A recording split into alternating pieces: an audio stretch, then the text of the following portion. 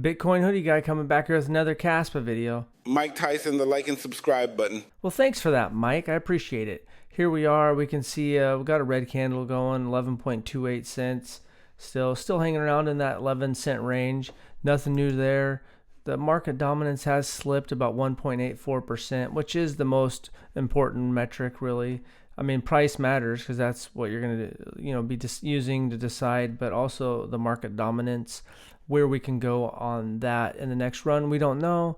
I think maybe 0.5% up to 1% is possible, but we'll see. The dollar is getting a little bit stronger, back up to almost 105, basically up but 0.2%. You can see that the last day it is trickling up, and we can see the last 5 days. It's still up. It did go up over 105 and has pulled back. Typically, you see kind of Bitcoin do inverse on that.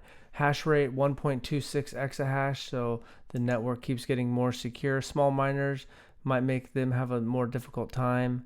If you're finding the video helpful, I do have a 99-cent channel membership. Once a week, I make a video about the percentages of what's in my portfolio.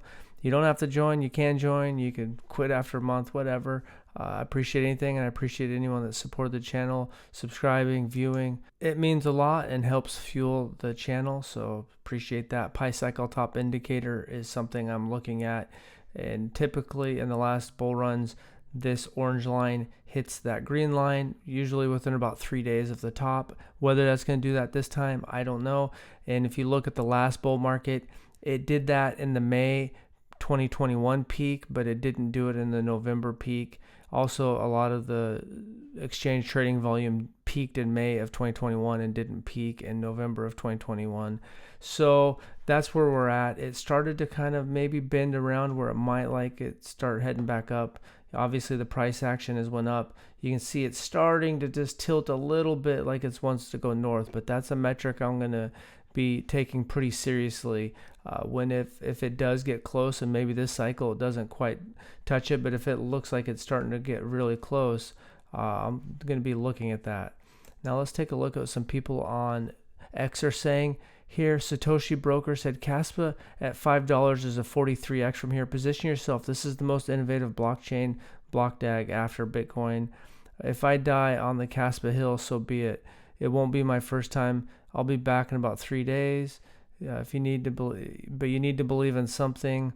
Crypto proselyte whales are relentlessly at work while others are just nagging about Kaspa price action. This particular humpback whale has accumulated more than 61 million Kas just in October and is holding almost 316 million Kaspa in the total at the moment. So that's a lot. Kaspa's inactivity supply for 1+ years has reached a record high of more than 25% of the supply. More people diamond handing. Alexander at Tactical Investing is actually sending a physical letter to Coinbase. Everything adds up. Every little bit they hear. I'm not sure if a physical letter will work, but it did when KII was, talked to them or did that post, kind of an open letter on X. They did get a response from Coinbase, so that matters. And you get someone in the industry like that that's got a little weight behind them, seems like it mattered. This was 19 hours ago. Breaking. Kaspa has just posted a 500-200 moving average golden cross, the most bullish indicator Mod Media looks for. So that's what they're looking for. Total fees. You can see the fees were down to 330,000, back up to 773,000. I do think sometimes it maybe takes a day before, like November 7th, yesterday, kicks on, but I think that's like a 10% increase. I believe it's roughly 6.6 million Kaspa for the miners. So now we're going to take a look at the final settlement. So final settlement on Bitcoin is, so yesterday you might have seen, but Crypto Pumps put together a live stream with Cat Daddy Crypto, Black Tiger Miner, me, and himself. He also had Chris Hutchinson, the UK ambassador for Kaspa, one of them, on. And so one of the things Chris talked about was he thinks that final settlement's the most important thing, or one of the most important things. I don't want to put words in his mouth, but he just said it's very important. A lot of people don't talk about it. And I remember seeing people talk about final settlement on Bitcoin, which is actually faster than legacy like FedWire or Visa or banking. You have about 60 minutes to final settlement. So roughly on average, you can see I'm on mempool.space, the mempool for Bitcoin, and you can see that the last Bitcoin block was mined 28 minutes ago. On average, you can see that there was a couple real close together. Basically, in about 2 minutes, you had 3 blocks. But you can go up to, I've seen 70 minutes without a block being mined, and then you'll get a couple real quick. So on average, it's about every 10 minutes. So it takes 6 Bitcoin blocks to have final confirmation. So roughly that's about 1 hour. And Chris was pointing out, so you got Bitcoin at 1 hour or 3,600 seconds every 6 blocks, and Kaspa has final settlement in 10 seconds. So we get the growing hash rate, we're decentralized, secure, and you have final settlement in 10 seconds. So it can't be reversed. It's a done deal at that point. Now, apparently when DAG Knight comes out, it's going to be able to, that'll go to basically the latency of the internet, which can fluctuate. So it won't be kind of anything set in stone, but basically could even get a little bit faster than that. But 10 seconds is amazing when you look at Bitcoin. And then when you look at Bitcoin to a banking system, FedWire or Visa, that they don't have final settlement anywhere near 1 hour. I think days, and some of those transactions can even be reversed months down the road. So that's just one more thing that highlights how amazing Kaspa is. I know I kind of made a bad chart the other day, but basically I still feel like we're in the buy zone, and obviously you got to make your own decisions.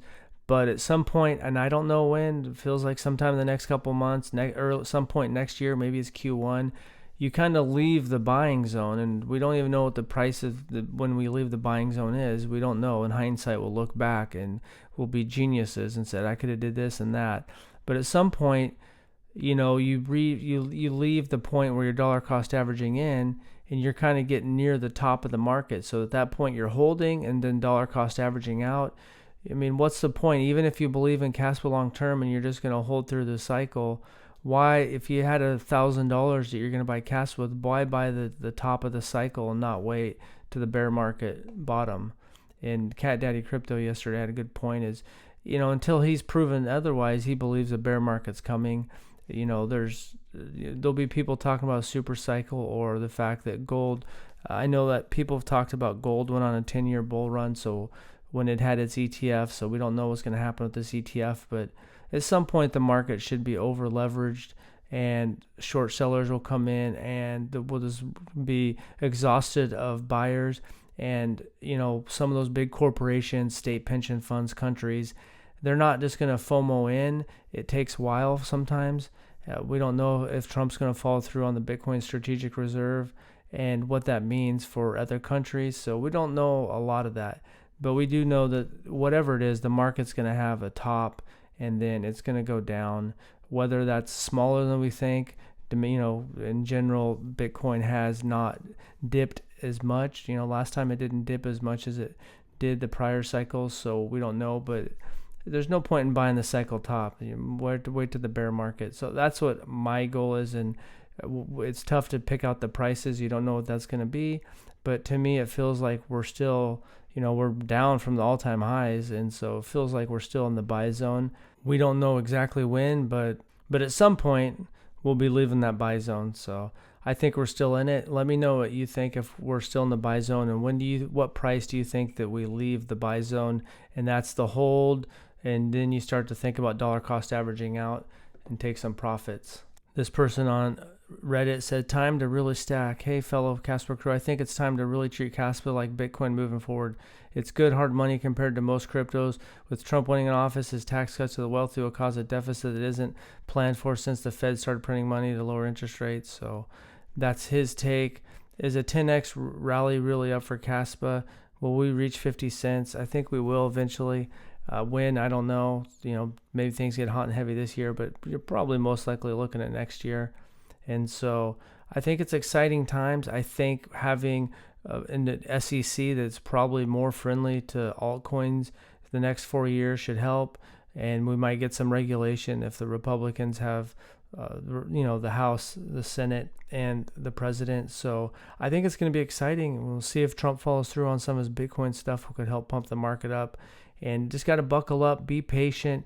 And right now, in this time when it's kind of boring and the price is going sideways, is a good time to formulate your plan for exit strategy to take profit, whatever that looks like for you. It'll be all different for all of us. We're all different ages, live in different countries, different family circumstances, different goals, young, old, different risk threshold. And so that's basically it. Thanks for watching and have a good day.